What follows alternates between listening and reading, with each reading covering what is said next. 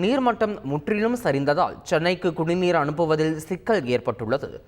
மேட்டூர் அணையில் திறக்கப்படும் நீர் காவிரி ஆறு வழியாக கல்லணையில் உள்ள கீழணைக்கு வருகிறது. அங்கிருந்து வடவாறு வழியாக கடலூர் மாவட்டம் காட்டுமன்னார் கோவிலில் உள்ள வீராணம் ஏரியில் தேக்கப்படுகிறது. இங்கிருந்து சென்னை மக்களின் குடிநீர் தேவைக்கு தண்ணீர் அனுப்பப்படுகிறது. கடந்த ஜனவரி மாதம் சரியான மழைப்பொழிவு இல்லாமல் போனது. கடும் வெப்பம் காரணமாக வீராணம் ஏரிக்கு நீர்வரத்து குறைந்துள்ளது.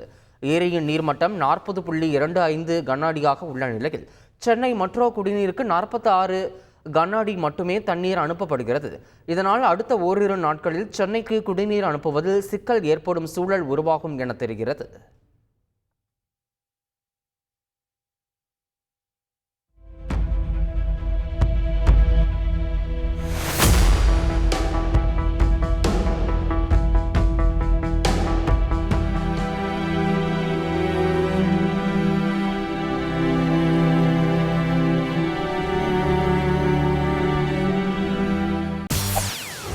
செய்திகளை உடனுக்குடன் தெரிந்து கொள்ள உடனே சப்ஸ்கிரைப் பண்ணுங்க.